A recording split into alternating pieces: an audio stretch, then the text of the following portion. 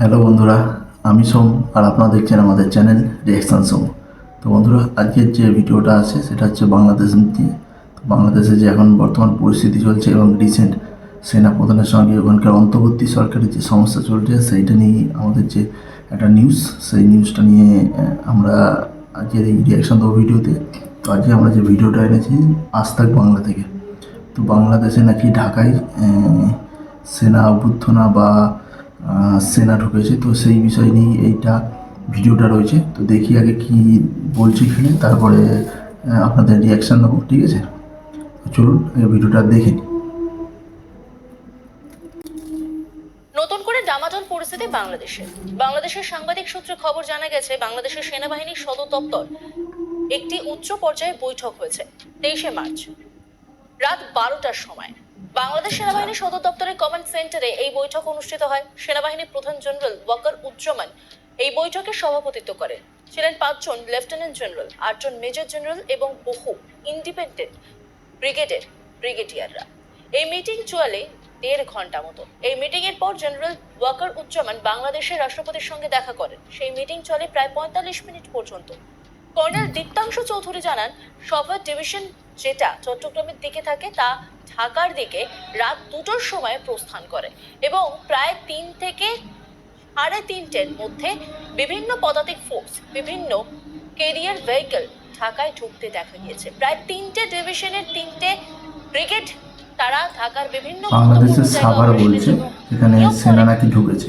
সকালে সেনা অধ্যক্ষ বিভিন্ন ডিভিশনের অফিসারকে ঢাকায় ডাকেন আলোচনার জন্য। বিশেষ কিছু ঘটবে বলে সূত্রের খবর। কি দখল নিতে পারে সেনা, এই বিষয়ে কি জানাচ্ছেন তিনি, শোনাবো। এই ভিডিওটা যে সমস্ত বাংলাদেশি বন্ধুরা দেখছো, এরকম কিছু হচ্ছে কিনা তোমরা একটু জানাবে।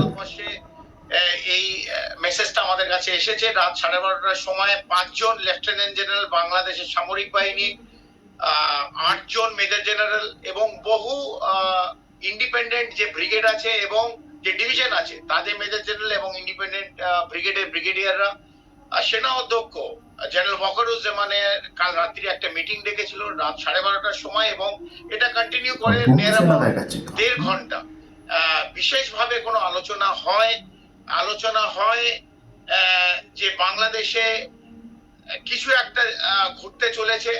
অনেকে বলছে যে সামরিক বাহিনী বাংলাদেশের যে পাওয়ার এই অন্তর্বর্তী সরকার থেকে নিয়ে নেবে। তবু এই খবরটা এখনো আমরা কনফার্ম করতে পারছি না, কিন্তু এই মিটিং এর পর যেটা শেষ হয়েছিল প্রায় 2টোর সময়, সেই সময় জেনারেল ওয়াকারুজ্জামান বাংলাদেশের রাষ্ট্রপতির সঙ্গে গিয়ে দেখা করে এই গভীর রাত্রিরে।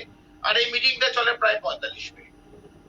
কি আলোচনা হয়েছে আমরা বলতে পারবো না, কিন্তু যখন এই আলোচনা চলছে রাষ্ট্রপতির সঙ্গে বিভিন্ন এই ইনফ্যান্ট্রি ডিভিশন বাংলাদেশে, বিশেষ করে 9th division, the 6th division, the 7th division আর 55 ডিভিশন, 55 and 56, যেটা জেনারেলি বাংলাদেশের পশ্চিম এবং ভারতবর্ষের পূর্বে যে ইন্টারন্যাশনাল বর্ডার আছে সেইখানে তাদের ডিপ্লয় করা থাকে।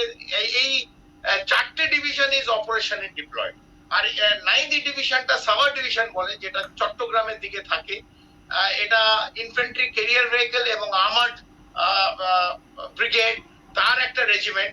সেই রেজিমেন্টের কিন্তু রাত 2টোর সময় বাংলাদেশের ঢাকার দিকে এরা প্রস্থান করেছিল এবং প্রায় 3টে 3:30-এর সময় এই বিভিন্ন পদাতিক যে ফোর্স আছে, দি ইনফ্যান্ট্রি ডিভিশন অফ বাংলাদেশ এবং দ্য আর্মার্ড ডিভিশন এবং আইসিভি বলি, যেটা ইনফ্যান্ট্রি ক্যারিং ভেহিকলস, এটা কিন্তু ঢাকায় ঢুকতে দেওয়া গেছে এবং প্রায় 3টে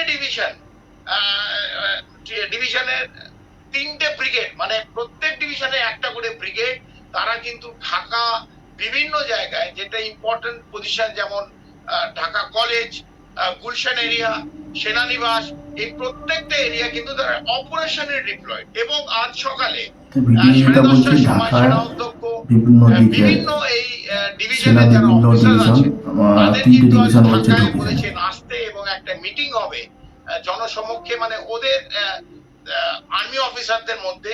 সেই মিটিংটা কিন্তু অলরেডি শুরু হয়ে গেছে, এখনো চলছে।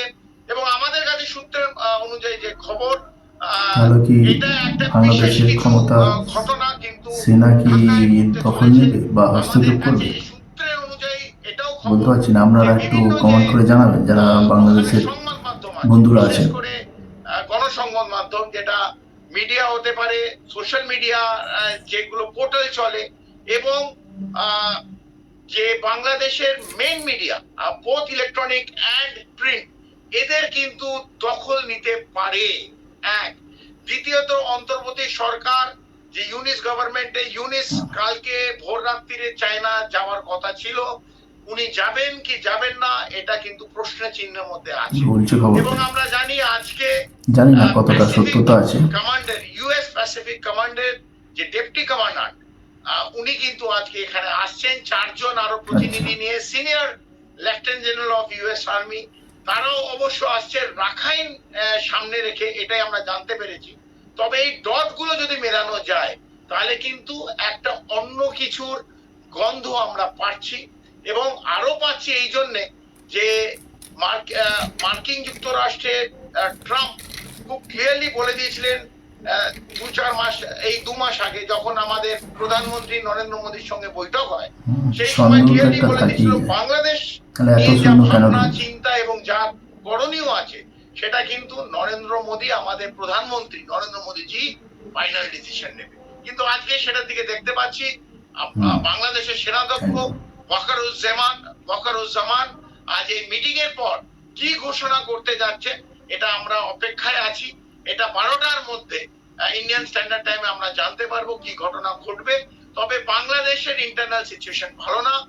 হতে পারে যে সেনা একটা কমিটি করেছে কিছু জেনারেল, লেফটেন্যান্ট জেনারেল আর মেজর জেনারেল নিয়ে, হতে পারে একটা কোনো বিশেষ সূচনা আমরা 12টার সময় পেতে পারি। বাংলাদেশের সাংবাদিক সূত্র আরও জানা যাচ্ছে যে রাতের বৈঠকে 5 জন লেফটেন্যান্ট জেনারেল এবং কয়েকজন জেনারেল অফিসার কমান্ডিং সরাসরি উপস্থিত ছিলেন, বাকিরা যোগ দেন ভার্চুয়ালি।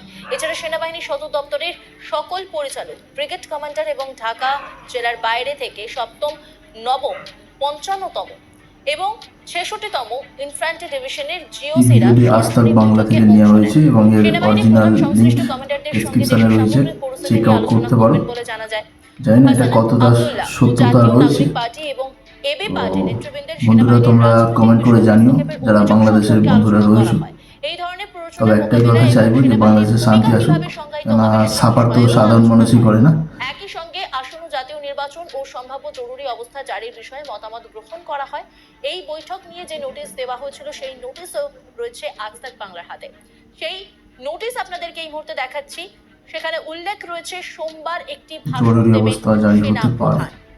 বৈঠক শেষে সিদ্ধান্ত নেওয়া হয় যে 24শে মার্চ সেনাবাহিনীর প্রধান ঢাকার সেনানিবাসে সেনা প্রাঙ্গণে সকল স্তরের কর্মকর্তা ও সৈনিকদের উদ্দেশ্যে ভাষণ দেবেন। দেশের সকল সেনানিবাস থেকে সামরিক সদস্যরা একই সময়ে ভাষণ দেবেন। নিশ্চিত করেছে যে আন্তর্জাতিক অংশীদাররা বাংলাদেশে শান্তি ও শৃঙ্খলা পুনরুদ্ধার, জাতীয় নির্বাচনে অনুকূল পরিবেশ সৃষ্টি এবং গণতান্ত্রিক প্রক্রিয়ায় অংশগ্রহণমূলক নির্বাচন নিশ্চিত করতে জরুরি অবস্থা জারির জন্য সবুজ সংকেত দিয়েছে। যে কোনো সময় জরুরি অবস্থা ঘোষণা করা হতে পারে, যার ফলে জাতীয় জরুরি সরকার গঠনের সম্ভাবনা রয়েছে। রাজনৈতিক কার্যক্রম, সমাবেশ ও সভা সাময়িকভাবে স্থগিত থাকতে পারে।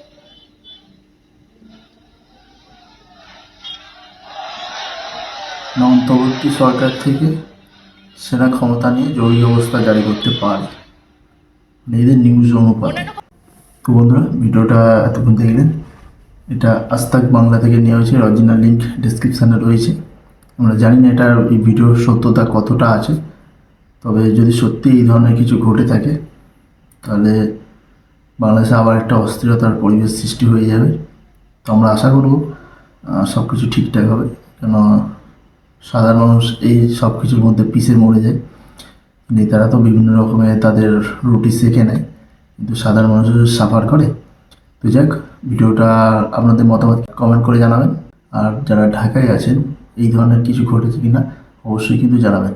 তো আবার দেখা হচ্ছে পরের ভিডিও। সকালে ভালো থাকবেন।